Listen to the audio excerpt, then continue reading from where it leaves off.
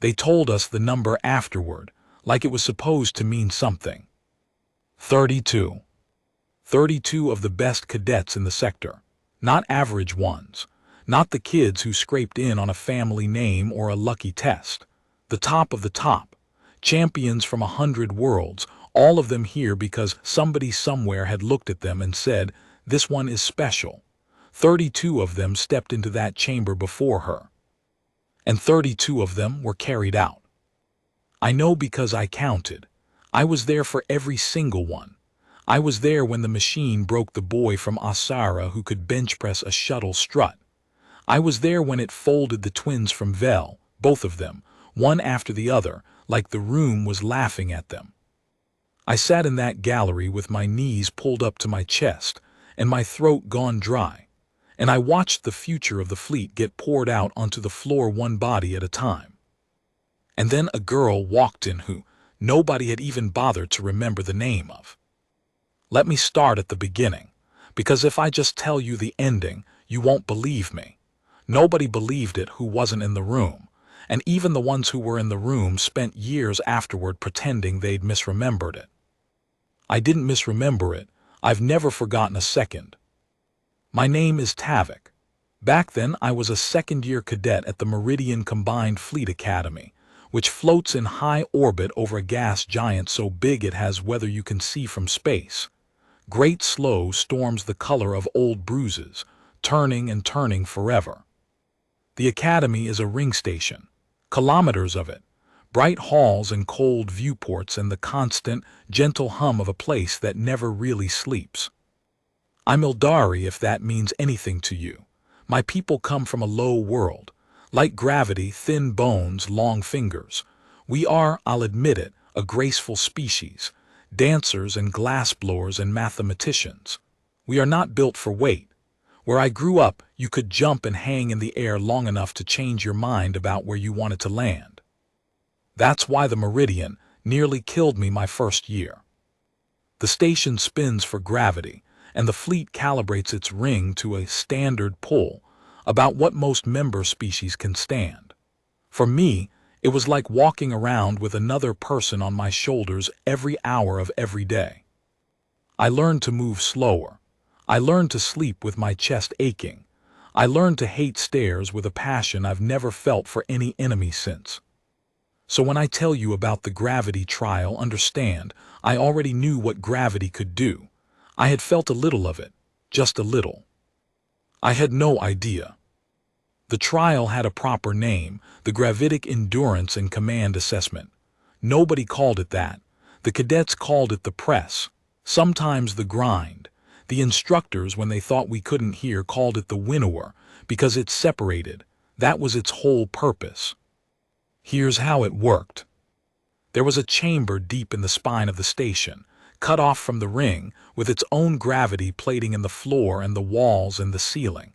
A long room, maybe 40 meters end to end.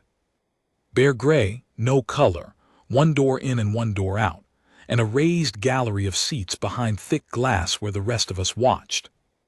You walked in one end, you walked out the other, that was all.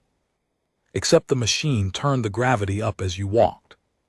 It started at standard. By the time you reached the middle it was double, then triple.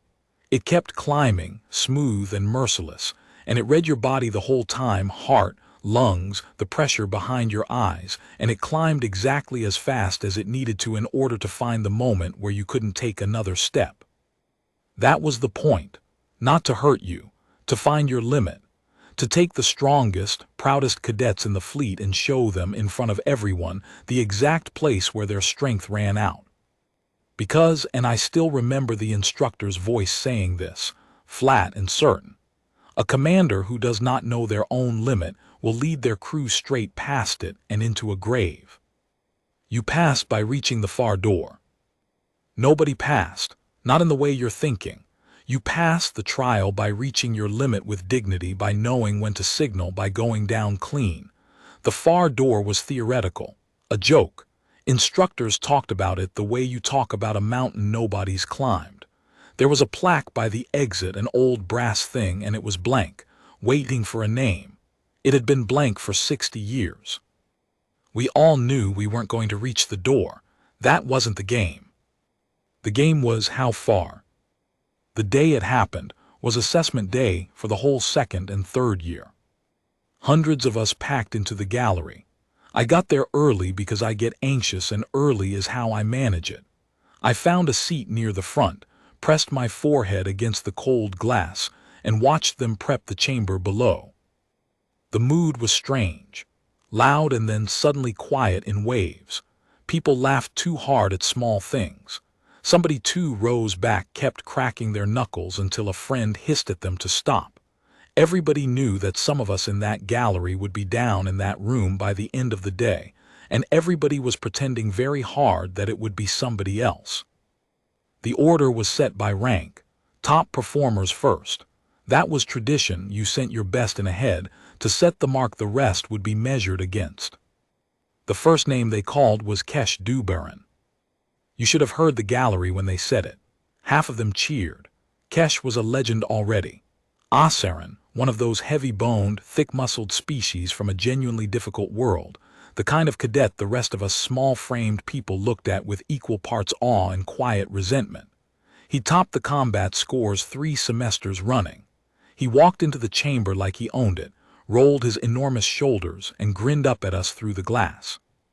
The door sealed, a soft chime, and a voice calm as still water said, "Begin." Kesh walked. The first 10 meters, nothing. Easy. He strode it like a hallway. The gravity indicator on the wall crept up 1.4, 1.8, and he didn't even change his pace. The gallery started to buzz.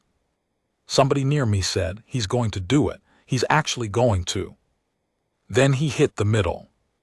I watched it happen, and I still can't describe it right. It wasn't sudden. That's the horror of it. It wasn't like he tripped. It was gradual and total, like watching a candle bend in heat. His shoulders came down first. Then his back curved. His knees, which had been so proud and straight, began to fold. The indicator climbed 3.4, and Kesh Dubaran, the strongest cadet in the sector, sank toward the floor of that room like the whole weight of the world had decided to sit on him personally. He didn't quit easy. I'll give him that. He got down on one knee and put a fist to the floor and pushed, and for one moment, he lifted. His whole body shaking, his face gone gray, a sound coming out of him I'd never heard a person make. He lifted maybe a hand's width. Then he went down flat. The machine read it instantly and eased off, and the medics came in through the side hatch and rolled him onto a lift board and took him out the exit door. Not the far door. The medical hatch. He was conscious. He was even sort of smiling, dazed. His final mark flashed on the board, 3.6 gravities, 22 meters, and it was the best mark anyone had posted in 4 years. The gallery went wild, because that was a good run, that was a triumph. I remember thinking, if that's triumph, I don't want to know what failure looks like. I found out 31 more times. They kept coming, one after another all afternoon. The twins from Vel went in together, which wasn't allowed, but nobody stopped them because they went in holding hands, and it would have taken a monster to separate them. They made it 19 meters before they both folded, still holding on, and had to be carried out on the same board. There was a girl from the mining worlds, all sinew and stubbornness, who got herself to the middle and then simply refused to fall. She stood there at 3 gravities and shook and would not go down, and the instructors let her stand because you don't take that away from someone. And she stood for 90 seconds until her nose bled and her eyes rolled back and her body finally overruled her, and they caught her before she hit the floor. There was a boy from a proud old fleet family who got barely past the entrance before he panicked, before the weight even reached him properly, and had to be walked out. That was worse than falling. Everyone knew it. He didn't come to dinner for a week. And with each one the gallery got quieter. The cheering stopped somewhere around the 20th.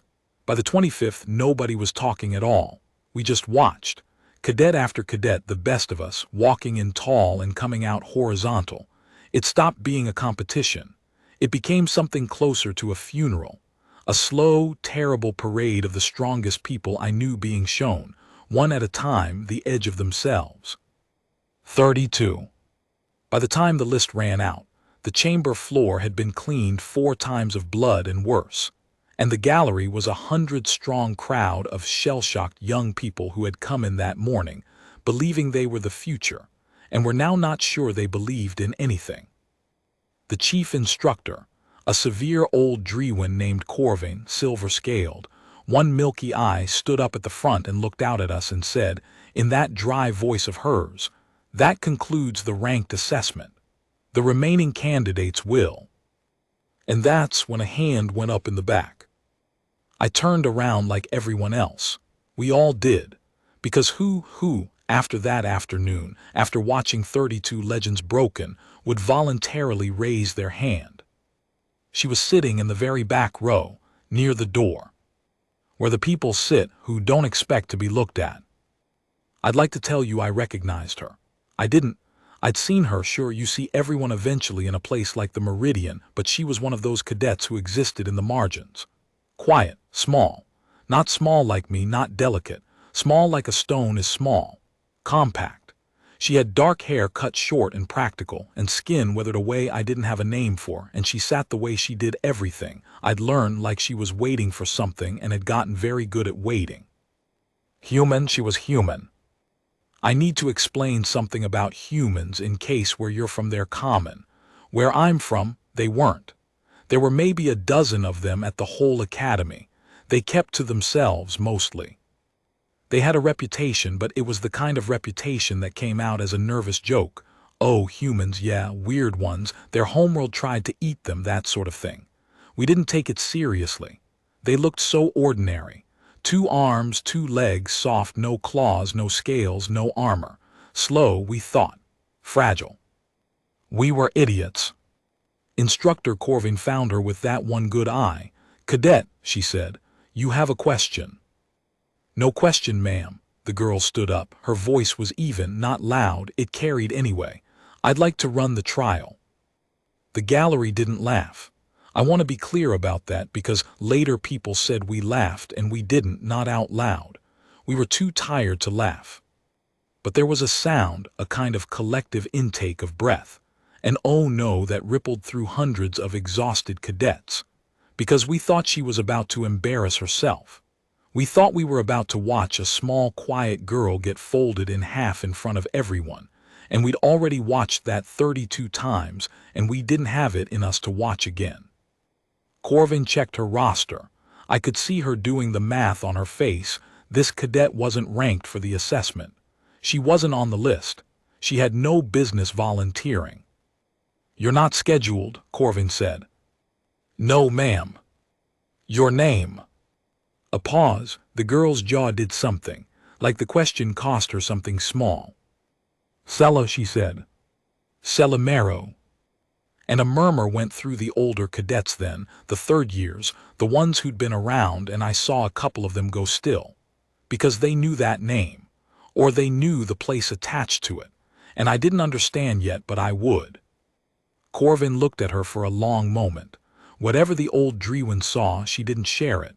She just said flat, "You understand what you watched today?"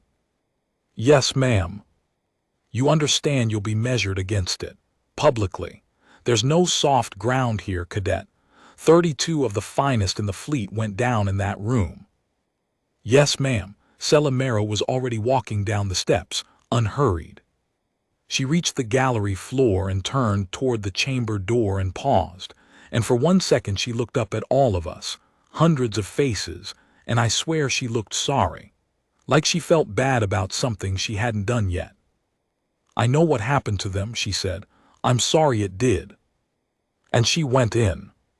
Now, I have to tell you about Deathworlds, because if you don't understand Deathworlds, none of the rest of this will land, and it deserves to land. Every civilized species comes from somewhere reasonable. A garden world. Mild seasons, forgiving gravity, air you can breathe without it trying to kill you. That's most of the galaxy. That's how you get to be a spacefaring people in the first place. You evolve somewhere kind enough to let you sit around and get clever. Humans didn't. Humans came from a garden world too, originally. But then humans did the thing humans do, the thing that makes the rest of the galaxy nervous at parties. They spread. And where they spread to wasn't gardens. They went to the worlds nobody else wanted. The heavy ones. The cold ones. The ones with the crushing skies and the killing seasons. And they didn't just survive there. They stayed, they had children, they dug in. And a few generations of that, of being born, growing up, having children, dying, all under a sky that weighs 3 times what a sky should weigh. A few generations of that does something to a body. Evolution doesn't ask permission. It just does the math, generation after generation, and the ones whose hearts can't push blood up a spine under all that weight, they don't have children. And the ones whose hearts can, they do. And you do that for 200 years and you get people who look human and are something else in every way that counts. Celimero was from a world called Graves End. I didn't know that yet standing in the gallery, but I heard the third year saying it, passing it back through the rows in low voices. She's Graves End, she's from Graves End, and even I could hear the fear in it. Graves End. Even the name was a warning. It was one of the worst of them. Nearly 4 times standard gravity, a world where rain fell hard enough to bruise.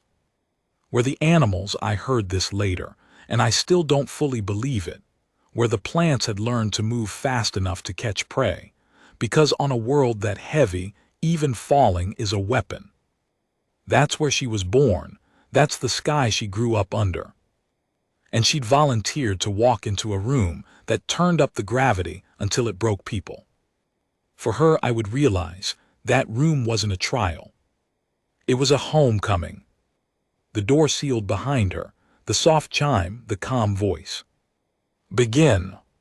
Sela walked. The first 10 meters, nothing, same as Kesh. She strolled it, and the gallery held its breath because we'd seen this part before. We knew what came next. We knew the middle was where the strong ones died. The indicator ticked up. 1.4. She didn't slow. 1.8. She didn't slow. 2.4. Somebody near me whispered, come on, don't. And I realized they were praying for her to fall soon. To fall while it was still gentle.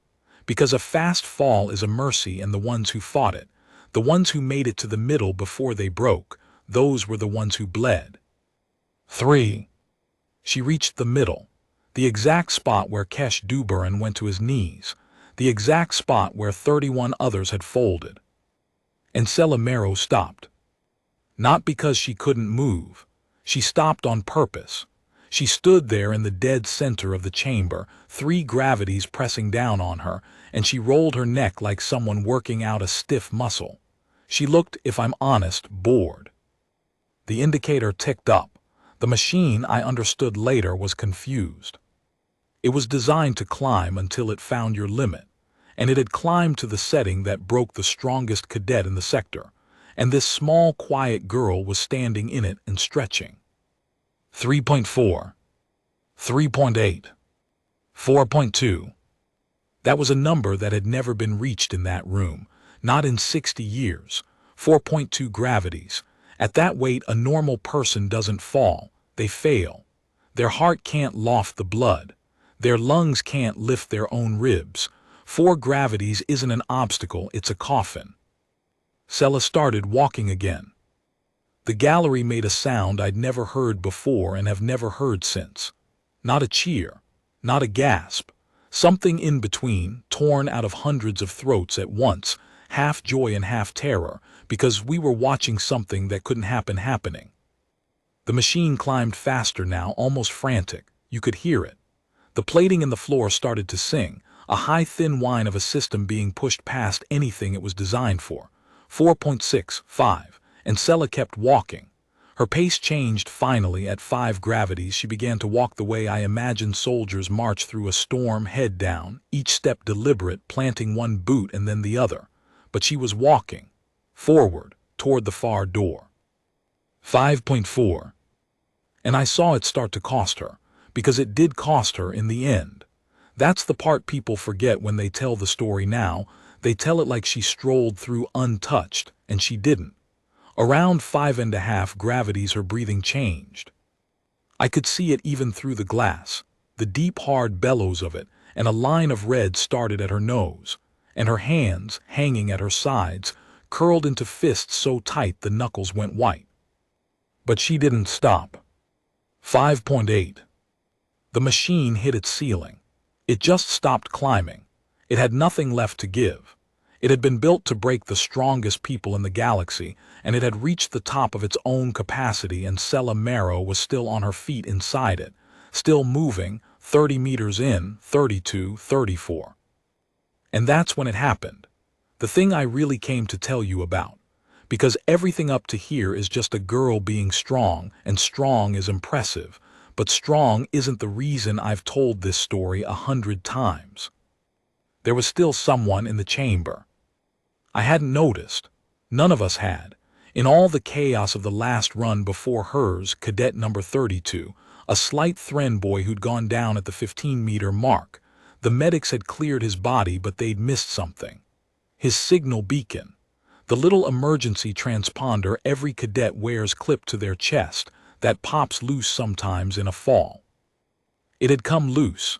It was lying on the floor, beeping, which meant the medical system thought there was still a cadet down in that room, unaccounted for, somewhere past the 20-meter line in the crush zone.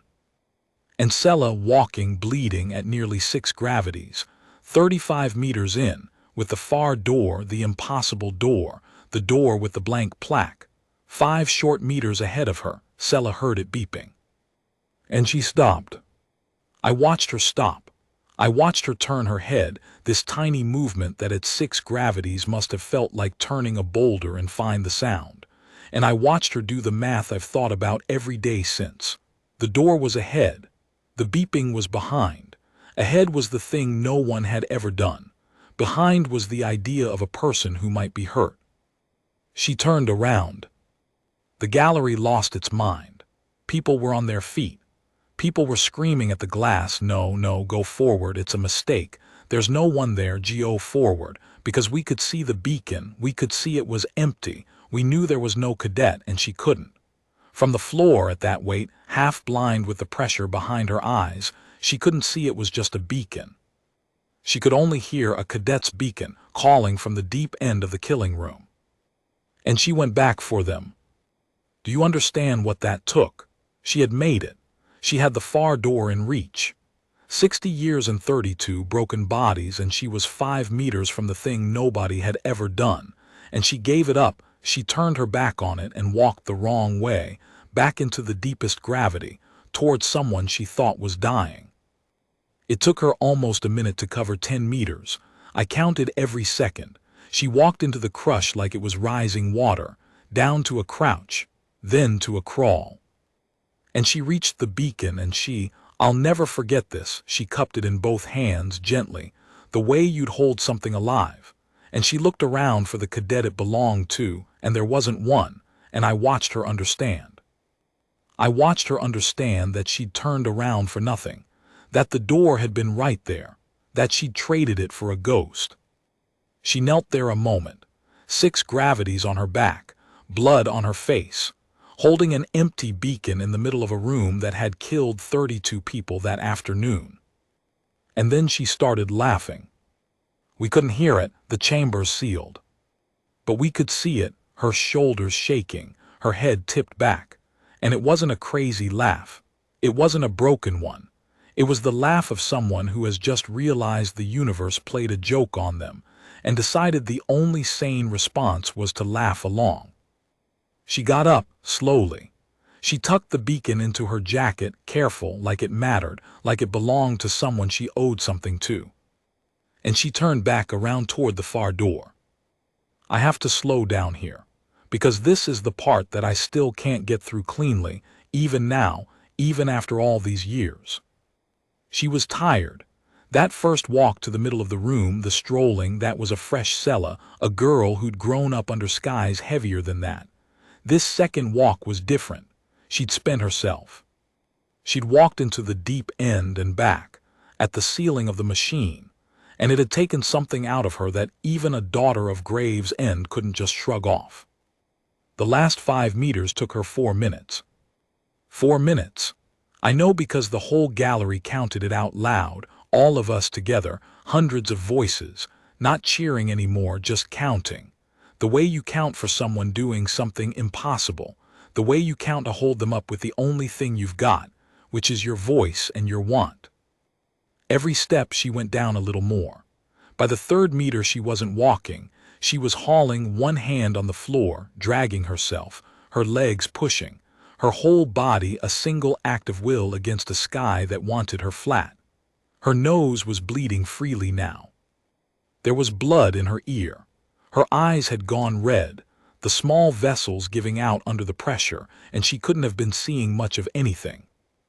But she knew where the door was. She'd seen it before she turned around. And a daughter of a heavy world, I think, learns young to carry a direction in her body when her eyes give out, because on Gravesend the storms take your sight and the ground doesn't care. 2 meters. She stopped, flat down, and the gallery went silent. The counting died because it looked like the end. It looked like this was where even she folded, 2 meters from the door, and honestly it would have been enough. 60 years of failure and she doubled the record and turned back to save a stranger. 2 meters from the door would have been the greatest run in the history of the academy. She put both hands flat on the floor. And she pushed. I've thought so many times about where that came from. Not the strength was hers by birth, that terrible gift of a killing world. But the push, the second one, the one after you've already given everything and there's a door in front of you and no reason left in your body to reach it. That didn't come from Gravesend. That came from somewhere else. That came from whatever it is in her people, in humans, that the rest of us don't have and don't understand, and if I'm honest, are a little afraid of. The part that doesn't know how to lie down. She got a knee under herself. She got a boot flat.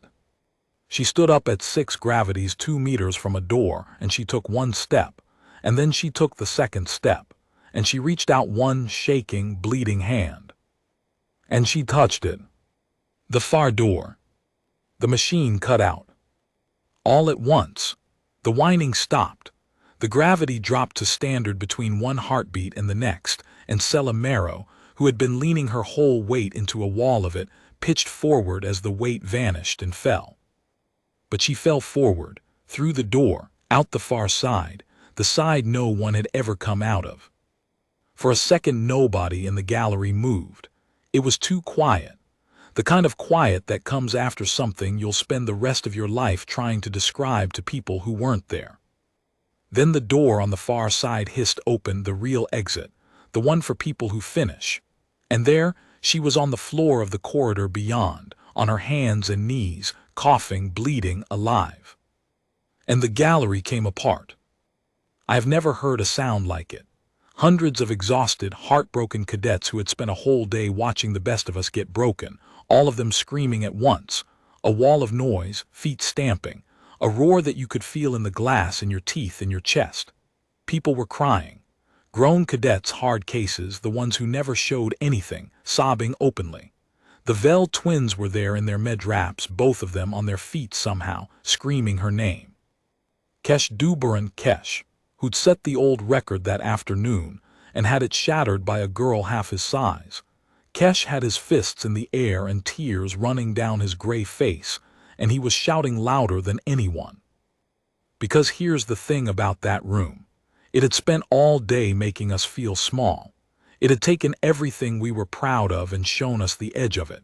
And we'd sat there feeling like maybe we'd been fooling ourselves, all of us, about being anything special at all. And then one of us walked all the way through it. She didn't just win. She gave us back something the room had taken. She stood at the far end of the thing that broke us, and she proved it could be crossed, that the wall wasn't the whole world, that limits were real but they weren't the last word. Every cadet in that gallery who'd gone down that day, she carried them through with her.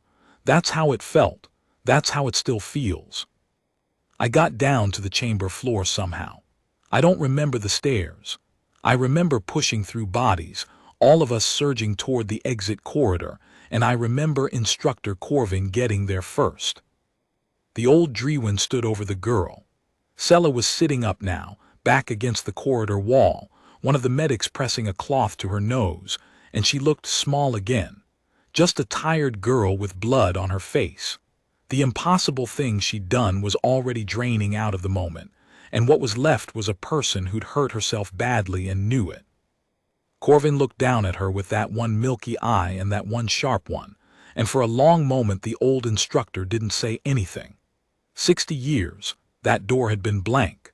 60 years Corvin had watched cadet after cadet fall in that room and had told each of them calmly that the far door was a fiction, a thing to make peace with never reaching, and a girl she'd almost turned away had just made a liar of the whole tradition.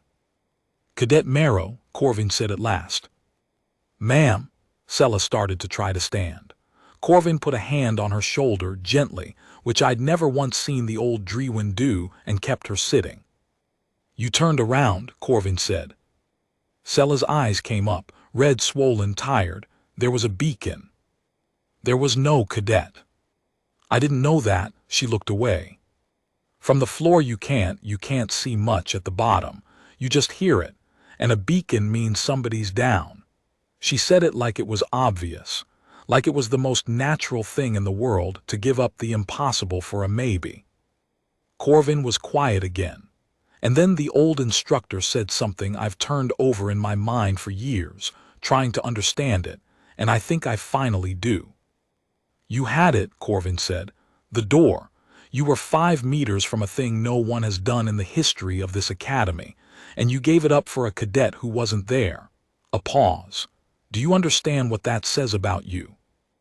And Sella, bleeding, exhausted, having just done the impossible twice over, Sella looked genuinely confused, like she couldn't see what the fuss was. "It says I'd have felt pretty bad," she said, "if I'd walked out that door and found out later somebody was dying behind me."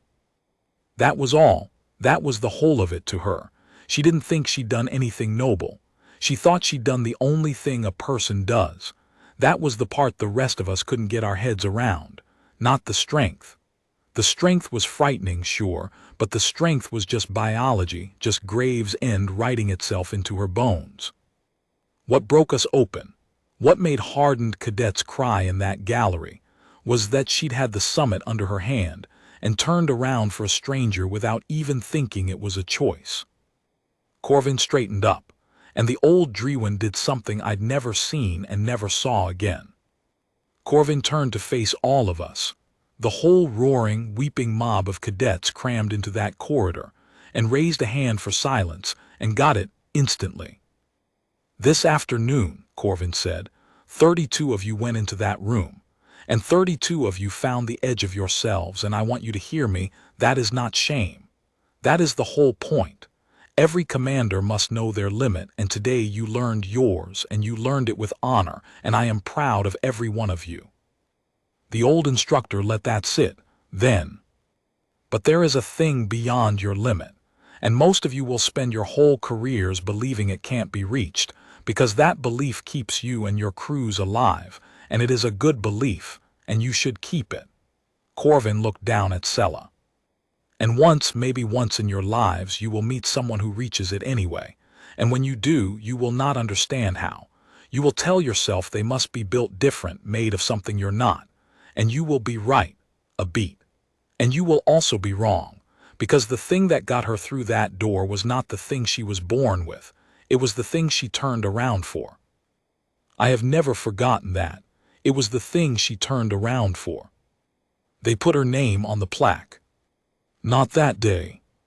There was a whole argument about it, apparently up in the administration, whether it counted, whether turning around and coming back disqualified the run somehow, whether a girl from a 4-gravity Deathworld walking through a 3-gravity trial was even a fair comparison to the normal species the machine was built for. I heard about all of it secondhand, in the mess and the corridors in the weeks after, and I remember being so angry I could barely eat, because I understood what the argument really was underneath. It was 32 proud worlds and the whole galaxy behind them, not wanting it to be true, not wanting it to be a human. Not wanting to admit that the small, quiet, soft-looking species they'd all been making nervous jokes about had produced, out of one of its worst worlds, a person who could walk through the thing that broke the best of everyone else. Corvin won the argument. I don't know how. But one morning about a month later the plaque wasn't blank anymore and it said, in plain letters, no rank, no flourish. Sela Marrow, Graves End. She turned back and finished anyway. That last line was Corvin's doing, I'm sure of it, because it wasn't a record of what she'd achieved. It was a record of what she was. Sela didn't like the attention. I know that for a fact, because after that day I actually got to know her a little, and she flinched every single time someone brought it up. I met her properly about a week after, in the low-gravity therapy ward, of all places.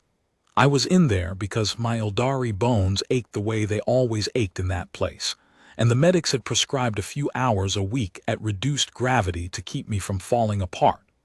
And she was in there too, which surprised me, because I'd assumed a girl from Graves End would never need less gravity in her life. I asked her about it, carefully. She was lying on one of the float cots with her eyes closed, and I didn't even think she'd answer. Old injuries, she said without opening her eyes. You grow up somewhere heavy, it gives you strength, sure. It also breaks you down early. Joints, spine, heart. Everybody back home is old by 40. The gravity that makes you strong is the same gravity that kills you. She opened one eye and looked at me. There's no free strength anywhere. You always pay for it. People forget that part. I didn't know what to say, so I said the stupid thing. I said, but you walk through the trial. Everyone's talking about how you're, unbreakable. And she laughed, not unkindly, but there was something old in it. I'm not unbreakable, Sela said. She closed her eye again. I'm just from a place that breaks you slow instead of fast. That's not the same as unbreakable. That's just being on a longer timer. A pause. The reason I could walk through that room isn't that it didn't hurt. It hurt exactly as much as it hurt everyone else.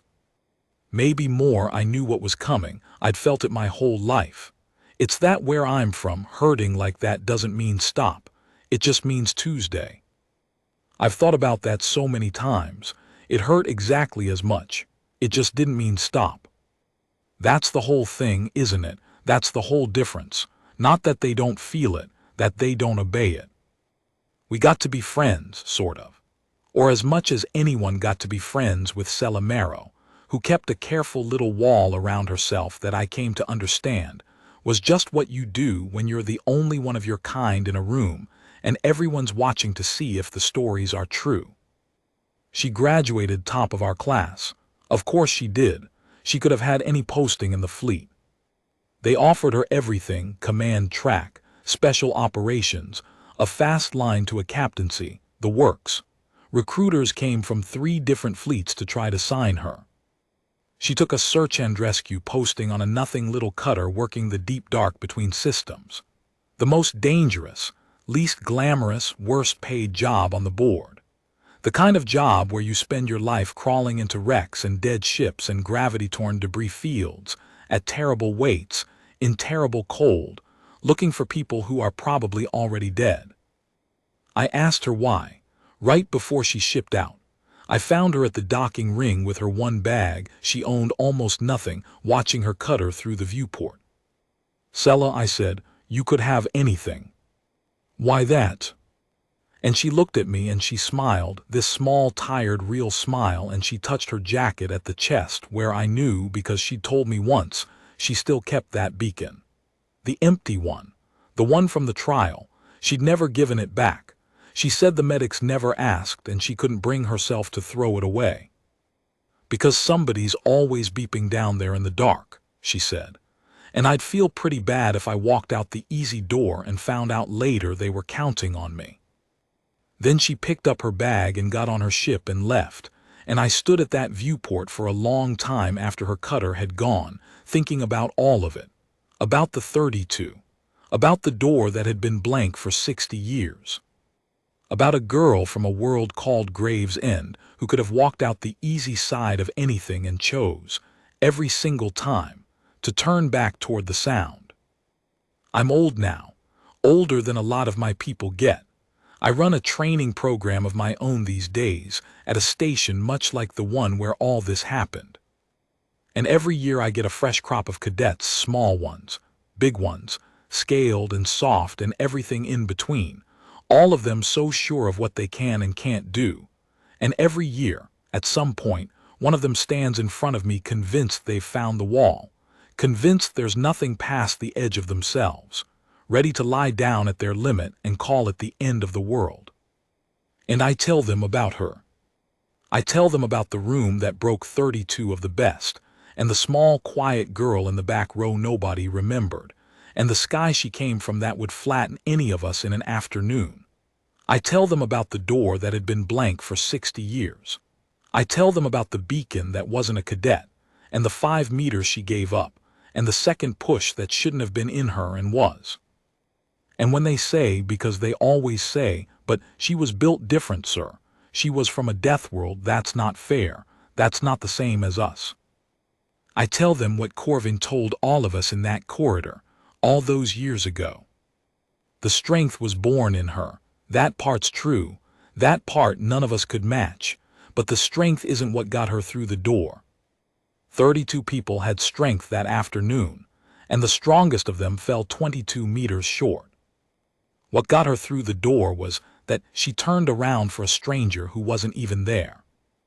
That part wasn't from Gravesend. That part wasn't from any world. That part you can't be born with and you can't train and you can't fake. You just decide it in the deepest part of the weight when there's a door in front of you and a sound behind you and no reason left in your body to choose the harder one. She chose it anyway, every time, right to the end of her life out there in the dark going toward the sound. So no, it wasn't fair and it wasn't the same as us. But the door she opened for all of us, and it's been open ever since. And every year I watch one more cadet walk through it, not because they're strong enough, but because somewhere out ahead of them, in the dark they haven't reached yet, something is beeping. And they'd feel pretty bad if they didn't go.